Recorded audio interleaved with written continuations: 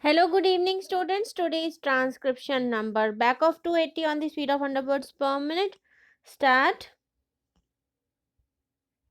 The second principle that we have followed is that there must be a proper safeguard in the matter of extraditing criminals from this country who are sought to be extradited by their parent states on charges of criminal offenses.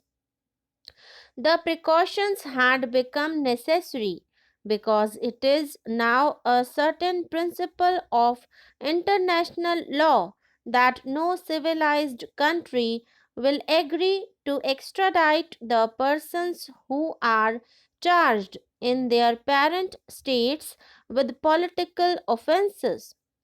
Our present bill makes it quite clear that there shall be no extradition on the ground that the person sought to be extradited has been accused of a political offense. In order to get out of this prohibition, many states adopt or have adopted in the past a device of seeking extradition apparently on charges other than political. But really, once the man is taken to his parent state, he is made liable for other offenses of a political nature. So, we have taken the precaution of seeing that there is an inquiry for this purpose, first by the central government, then by a proper judicial authority, a magistrate exercising his powers either as a high court or as a sessions court, and secondly, even after the magistrate's order, the central government again deciding finally whether to extradite the person concerned or not, and also prohibiting extradition in certain circumstances such as for political offences or for the trial of a person for offences which are not mentioned in the requisition for extradition.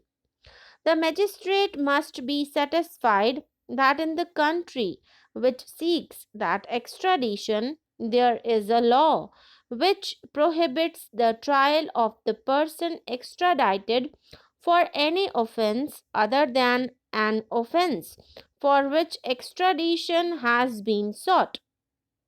So, it is now in consonance with the accepted principles of international law, that is, only for known criminality that person may be extradited, but if he is not a criminal but he is simply being sought to be taken to his parent state to be tried for political offenses, he shall not be extradited by this country or any country. This is the scheme of the act.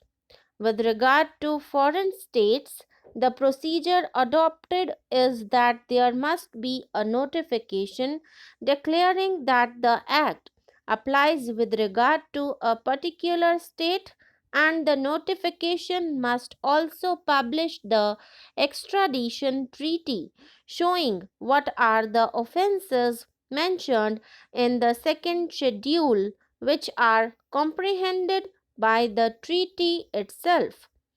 And once that country is notified as such, a foreign country having such a treaty, then if any fugitive criminal from that country is here, that country may seek extradition by moving through diplomatic representatives.